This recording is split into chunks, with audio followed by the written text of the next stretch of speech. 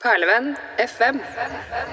Hi and welcome to Perlevenn FM. My name is Einar, aka DJ Døgenikt, on my balcony in Warsaw because this is the first section of the Warsaw Series where I talk to musicians, artists, art people. We talk about how it is to be an artist here in this scene and about what these people are doing. And my first guest in this series is Jerzy Mączyński, which is an amazing, ethereal saxophone player coming from the jazz world, heading into the theater, film composer era with his waves of electronic experimentalism on the top of his unique voice as a saxophone player. He has made an incredible Perlevenn episode where he curates his favorite Polish music, and you can catch that episode as well with folk music,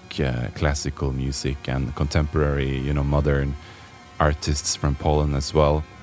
But here is the talk with Jerzy. He talks about the new album that he has put out called DO55PS. Check it out. He talks about his journey to India. He was there for 3 months playing with a band of 5 musicians. He talks about his time in Pakistan, his theater background with his parents growing up in a theater, and of course his experience of being a musician in Warsaw. Please enjoy. Here is my talk with Jerzy Mączyński. Jerzy, thank you so much for joining this podcast. Thank you for the invitation.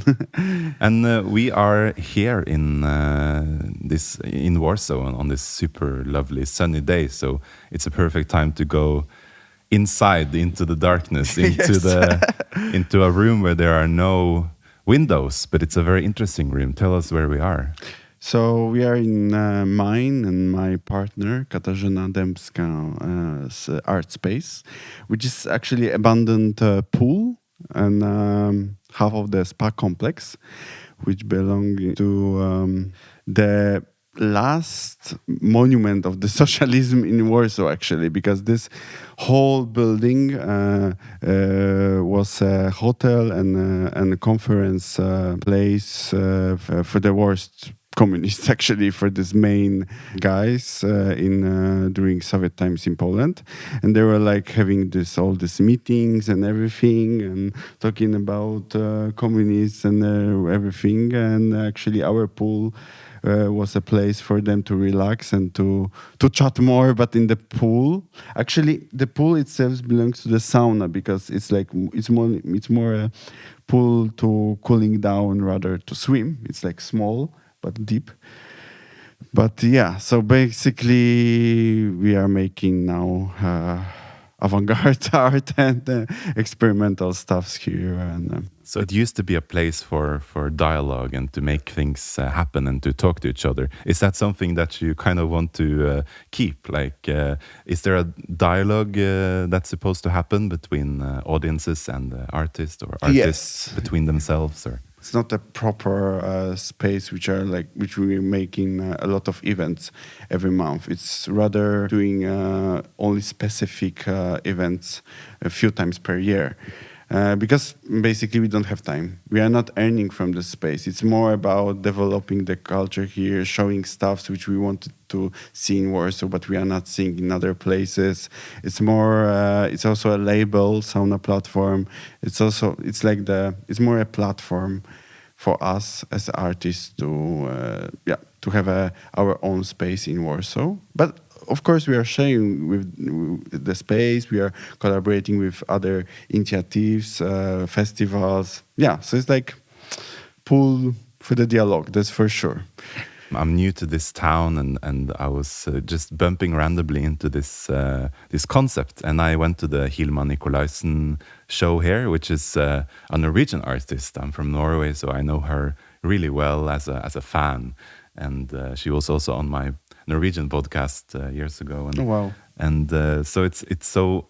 What struck me was it's incredible to come to a new place and then you see like, oh, there is someone throwing this kind of do-it-yourself shows. This kind of, at least that's the vibe. There is this like, how many people can fit there? Like 40, and the concerts are literally in a pool, you know, and it adds to the atmosphere. There's this reverb, there's this very, very unique setting.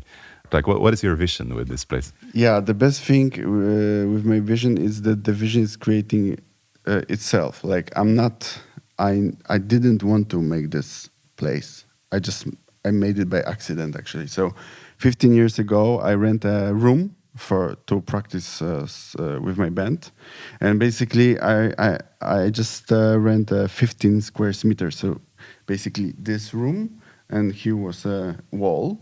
And after 1 year of practicing, we discovered that one of these walls are carton gips, you know, like very thin. Oh, yeah. So we destroyed this with my friend, and we discovered a pool full of dust. But it was like this. It was like a hidden room. Yeah, hidden room. And basically the whole building belongs to the city, and actually no one cares about the basement of this whole building. So that was 15 years ago. So Warsaw was a little bit different than now.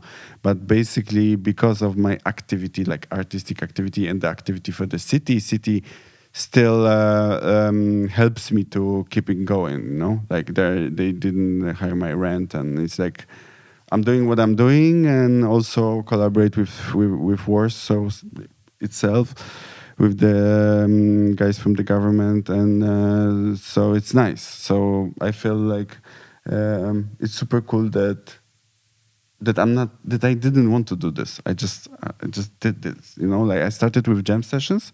So for 3 years I was just doing really, really private parties, and then I met my girlfriend, and she's amazing artist actually, and she back from London, and because of the pandemic we stuck together, and basically from pandemic, Sauna, like. I used to have Instagram before pandemic, but from pandemic, like she started to care about Instagram, and everything looks proper, and I feel this really helps us to bring people outside of Poland as well, and to document and to also develop as a place which I would love, like place which are like would love to see in Warsaw more. Like I would love to have more this kind of places in my city, like the places which that are showing something different than local scene. I feel like in Warsaw it's too much places that are showing same artists over and over, and I feel like this is my mission. Okay, I have my mission. My mission is to show.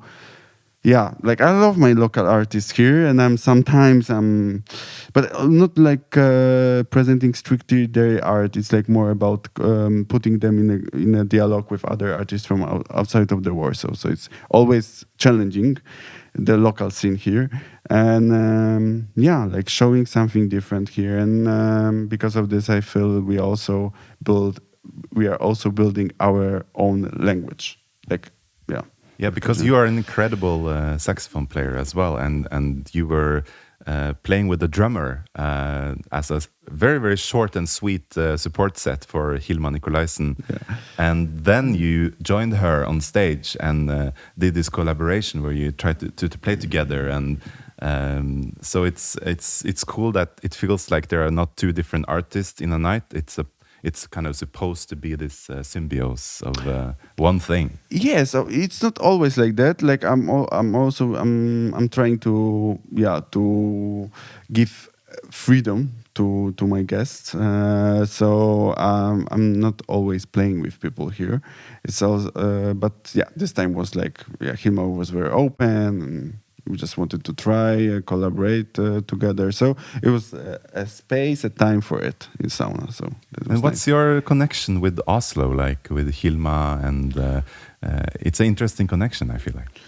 Yeah, so I have a strong connection and friendship with Eivind Volum, the guitarist, producer, composer, and label boss called Vibration. We played in Oslo many times. Like we played in Blå, nice. Dunk, a few other places. Also one festival outside of the Oslo. Finnskogen. Oh wow, yeah, Finnskogen festival or whatever you call and it. There I met Hilma.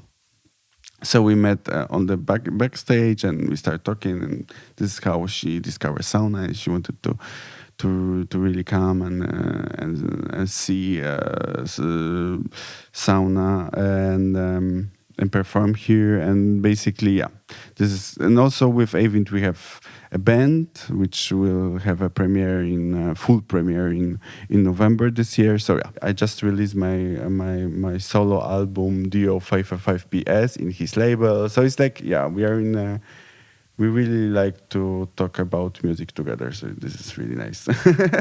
I love talking about music as well. It's this mix of electronic textures and of course your saxophone as a main character, but often through things, it makes it twice as interesting to me. Yeah, like all my life I was considered as a saxophonist, and I released 5 albums before this one as a sax player, also as a composer. I really started to develop my skills in electronic music, and this is basically my kind of, I don't know how to say it, it's like my business card for for all the directors in movie and theater industry, that like I'm showing my skills. Like this is the storyline about the my planet and everything. But basically, yeah, this is my story for the world. Yeah, which I made it through electronic textures, and yeah. Because you also studied in Berkeley, in Valencia, in Spain, and also in Denmark. Yes. And in Valencia, there was this specific program, this kind of scholarship. Yeah. Tell me a little bit about it. So it was like scholarship for randomly chosen artists by the professors from Berkeley, and it was like for all performing artists, but with lack of skills of production skills. And basically they were like teaching us how to record your own music and how to produce, and it was amazing. Yeah. So we collaborate a lot with each other, and also I learned Pro Tools and Ableton there. Yeah, it was like really intensive course of mixing and mastering, and yeah. And how did you kind of make this album? Is it like a diary of many, of like a long period of time, or is it like you sat down and like, I'm gonna make an album now? My last album during the Pelican System, Sariani, I made it in a collaboration, in dialogue with producer Wacław Zimpel, who is collaborating with James Holden and Shackleton. And basically, from that point, that was a collaboration. Then I made another collaboration with Hieroglyphy Being, Jamal Moss, the producer from Chicago. And I learned a lot from these 2 process of creation. And and basically, I wanted to make my own like my own library of sounds. So yeah, I made it. So I made album as a result of the process, but I have my own library of this electronic textures made out of my saxophones. Oh, that's very interesting. Like, so your process was kind of, I want to make a palette. I want to have things that I can use. Yeah. That's a good way, I guess, to also just like start working instead of like, I'm gonna make a song, it's gonna be great. You're just starting it. Let's just make a sound. Let's just make a vibe. Yeah. This I learned from school. It's like, I just collect a lot of textures. I played over 30 concerts, really small, big festivals, but over 30 concerts, and each of these concerts was different. So I was making a lot of experiments.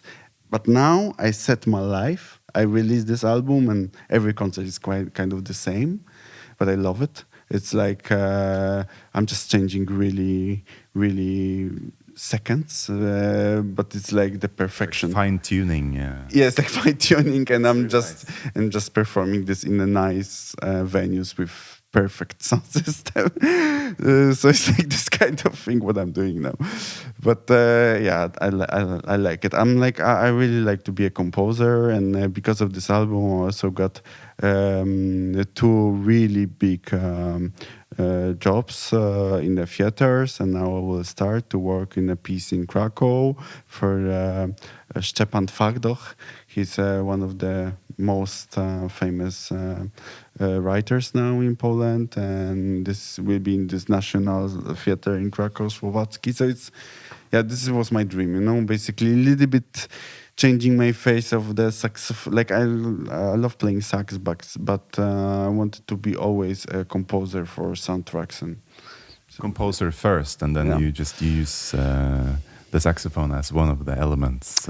Man, we are in a times with AI. You know, AI is like killing us. So it was like I need to keeping my roots and my voice. The best what I discover is like my own voice on the saxophone. So I need to keep this going, and this is like helps me to be different than other producers or composers. I feel it's like so hard to make a new music nowadays. So I'm making music from my saxes, and it's like so much possibilities what you can do this. So I'm like, I wanna stuck in this and just doing this for the rest of my life, you know.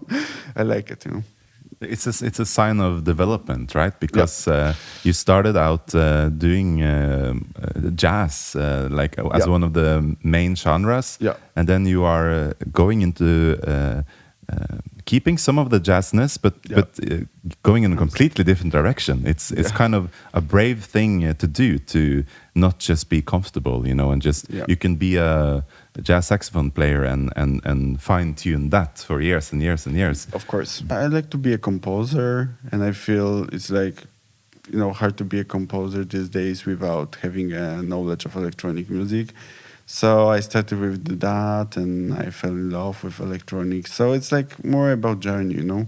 I didn't have a plan. It's more about discovering stuff and, you know, having different loves and, you know, But like with jazz, I started with jazz, but I really have a problem with this genre now. So what's your problem with jazz? It's a box, man. It's a box. It's like it's a niche. I love many niches, so maybe this is my problem. It's like not so much developing these days for me. It's mixing with electronics, basically. I'm feeling like electronic music is like taking jazz as a smaller brother, kind of. Yeah, they kind of fuse naturally in a way.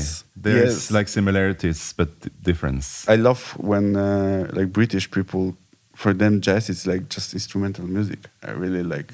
For me, it's also like, it's like I'm making instrumental music, basically. So this is jazz, possibly. Yeah. Also. You were just in Bristol. You've been on a tour now. I mean, you're kind of in the middle of a tour because you're also going to Berlin, but you did like Poland and UK and Norway in Blå. Yeah. In Blå was a live premiere of the album. Then I played in Poland, few shows, and then in UK, Newcastle, Bristol. Was really cool, and I'm like glad. I heard you talk about Bristol. What's the thing about Bristol that fascinates you? Whole scene there is like I play during Accidental Meetings, one of my favorite promoters and labels from Bristol. Basically, I love the how in 2 sentences to describe what I love from there. It's like there is like kind of this really strong and raw beats from there, like down tempo, like a BPM around 105, 120, and really also minimal in the sense of layers. I don't know, it's like really, I really can connect with this. Tell me about more of your influences. Like I definitely heard in some of the songs some sort of Middle Eastern vibe to the tonality, at least. Like, what are your influences on this album? It's maybe because of I learned a lot from Apurva Krishna. I used to play with her a lot in our band. Actually, we made a tour in India for like 20 concerts, like 3 tours, but Wow. like in one autumn. In India. In India, I've been in Pakistan. I was playing with Pakistani musicians No as way. well. Yes, so In which cities? Islamabad. I play on Islamabad International Jazz Festival, promoting wow. Polish jazz. Amazing. It was like a second edition of this festival. And then Islamabad and a few other smaller cities. Two other, but I forgot the names. But yeah. So that was this, and I always have I felt like Apurva really was one of my teachers.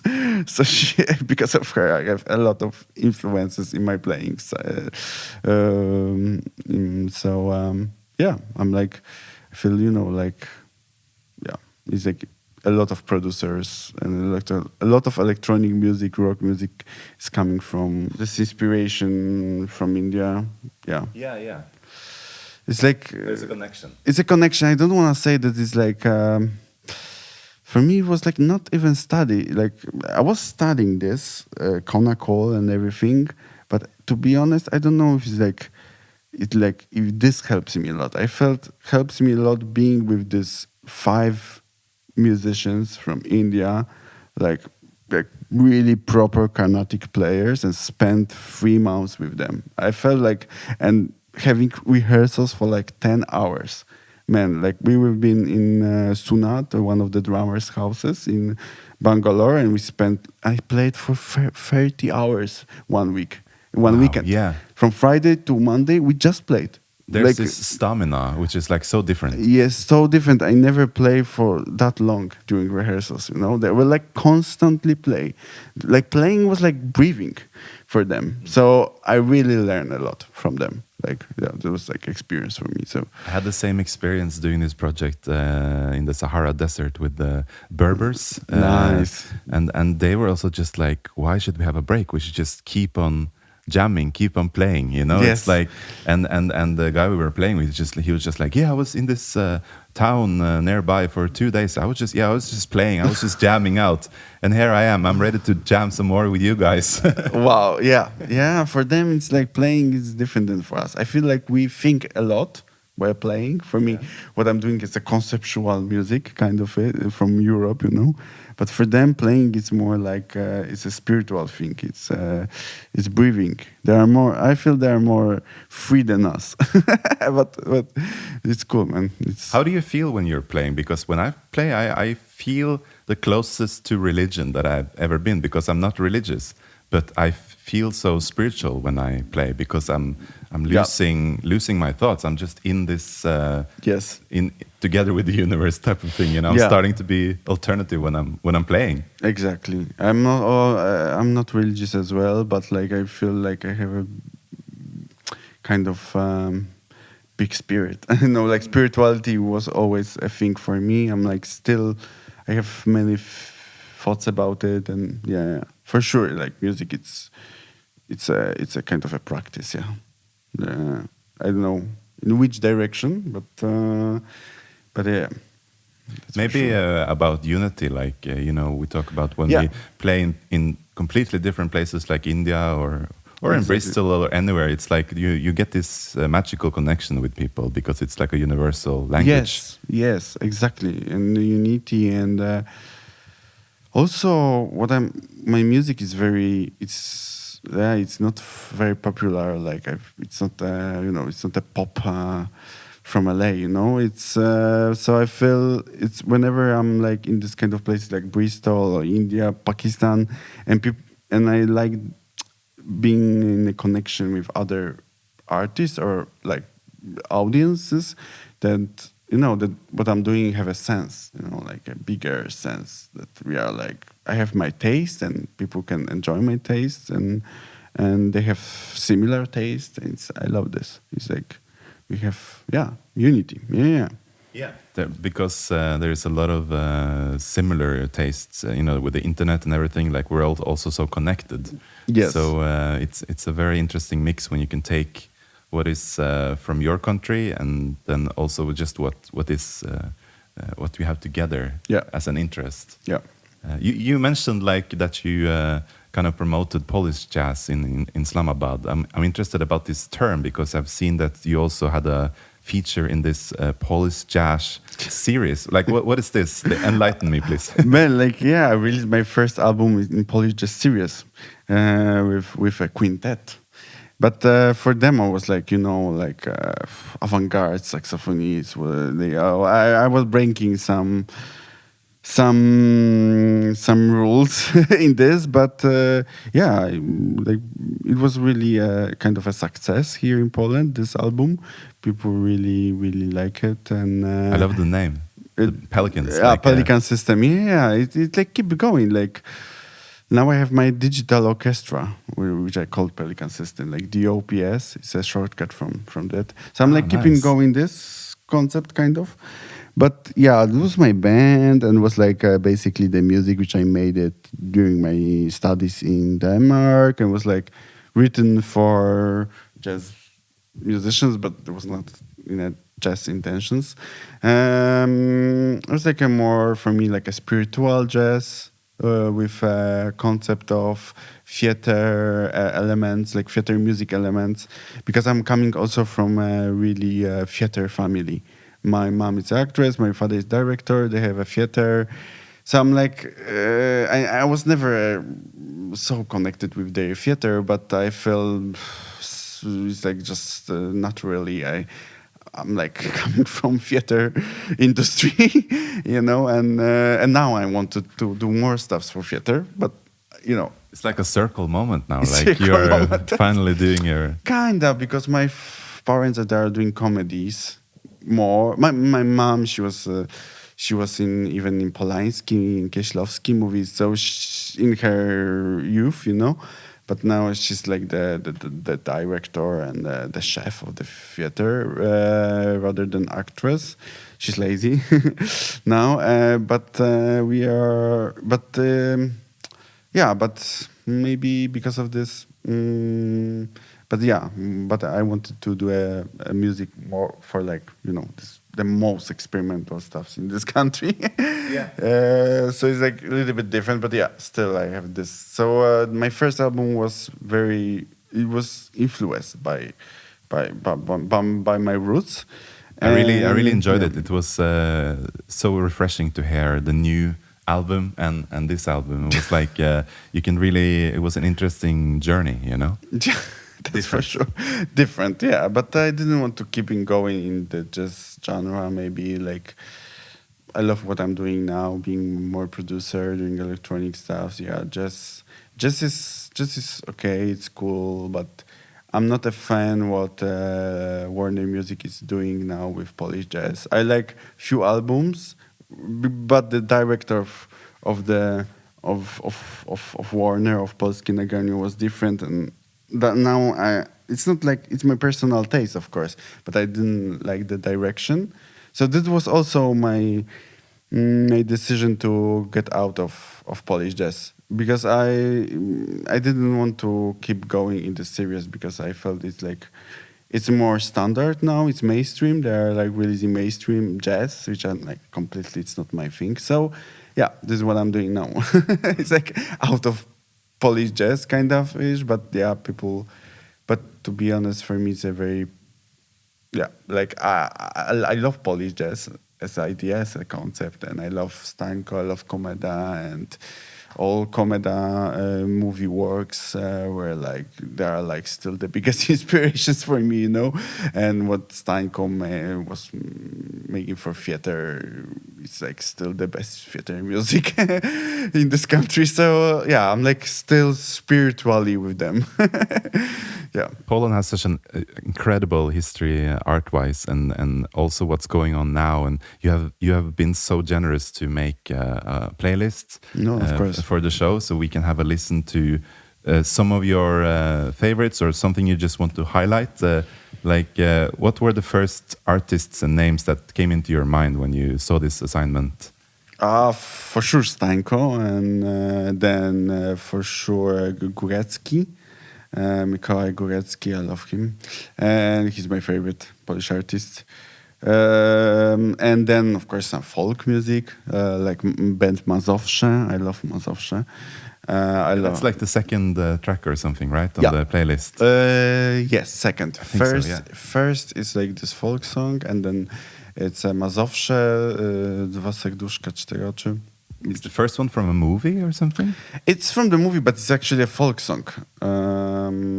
So it was used in Zimna Wojna, a movie. Yeah, I remember.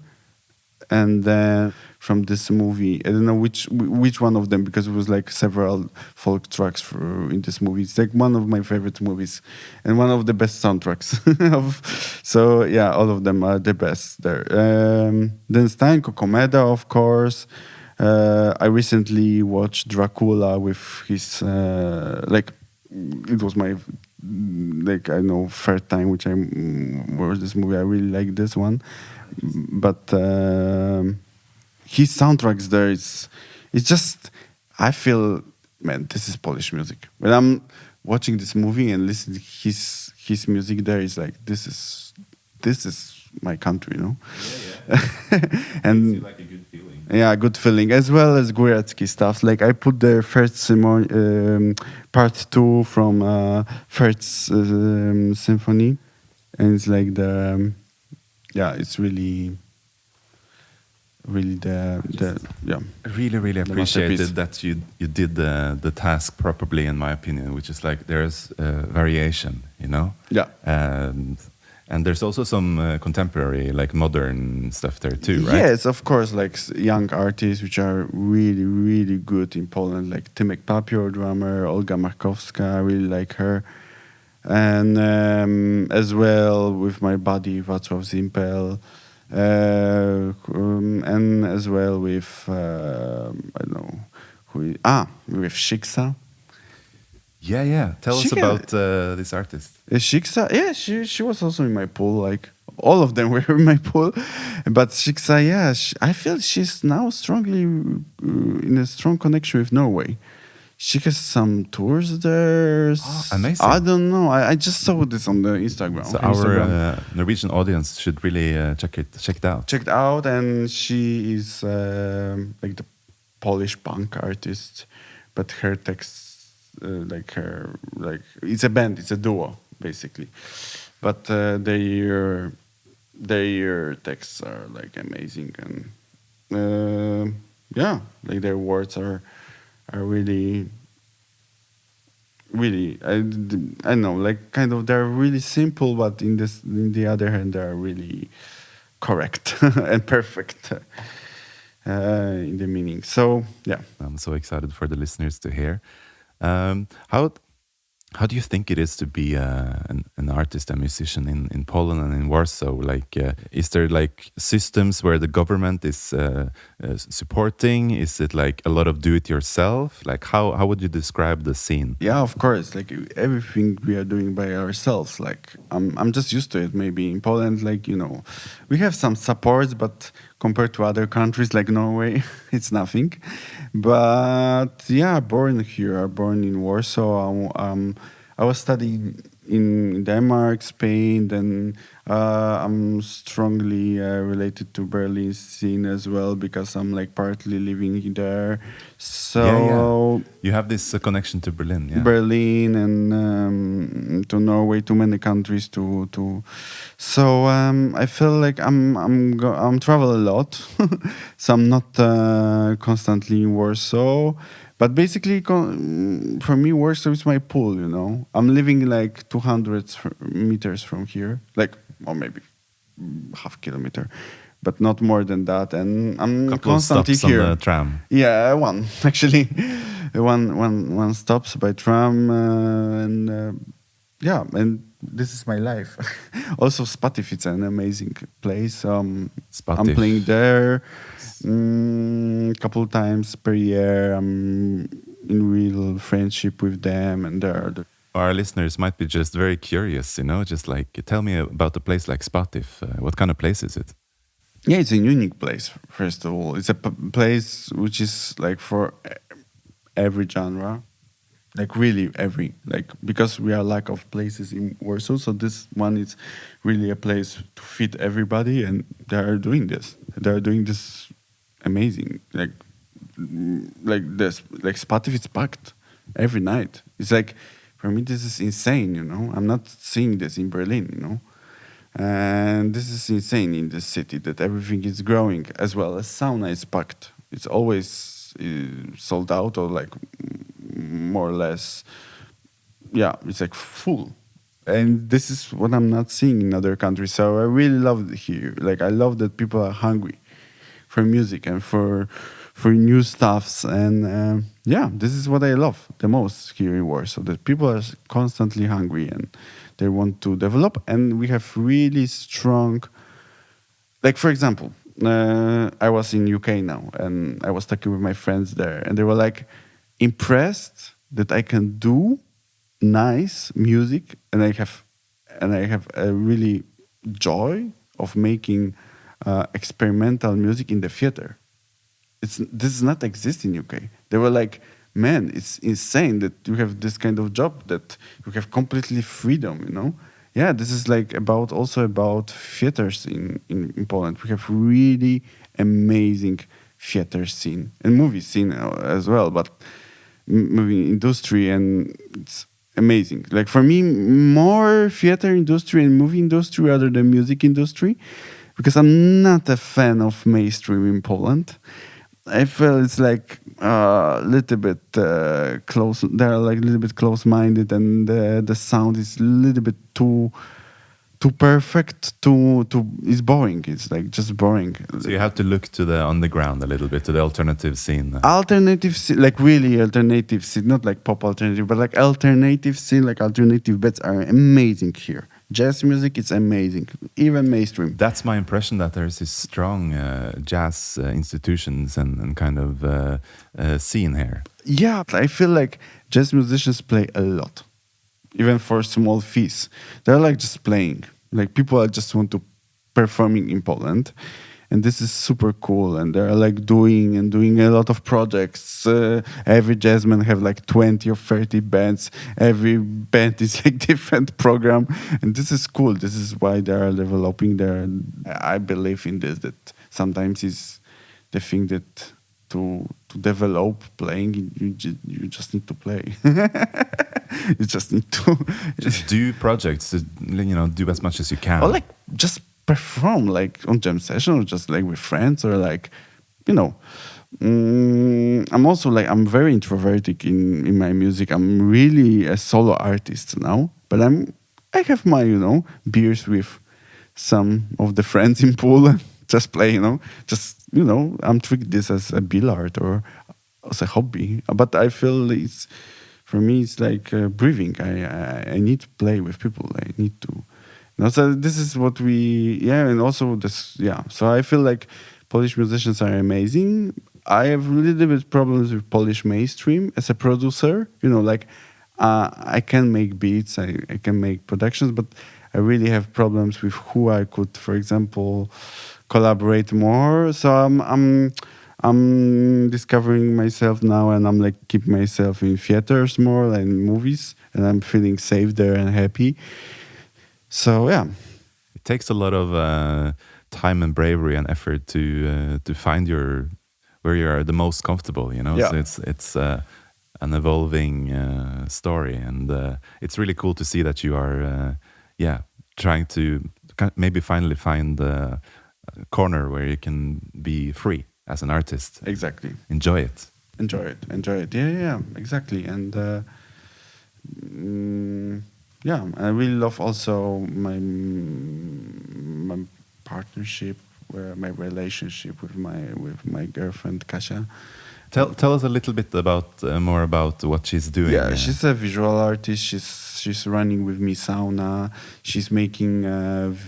She's a VJ. She's making visuals for techno parties, but also for bands, for artists. generally, and she's really good in this. She's also having her own exhibitions. Or we just we just been in Malaga. In this contemporary center when she was showing. There was an installation, right? Tell us she about was showing this. her installation. I make a music for this installation and a little performance during the opening, but like the installation is still there. It was like for like 700 people, so it was like really big thing. Yeah, I saw this video clip of you playing in the opening. Yeah, it was super cool, and she's keeping going, and now we have this big show in Silent Green and in Berlin. So I play DO with her scenography, we called it. But now in Silent Green will be the premiere with DO 555 PS as a AV show. So we'll do whole. Be like sax electronics plus visuals, and because that's like a 360-degree room a little bit. It would there's be free these screens. windows coming in, and then a perfect place for that. Yeah, it'll be like free screens and surrounding sounds, and be like 8 speakers. So I'm like, it's so nice. Like I feel like we constantly talking about art with Kasia.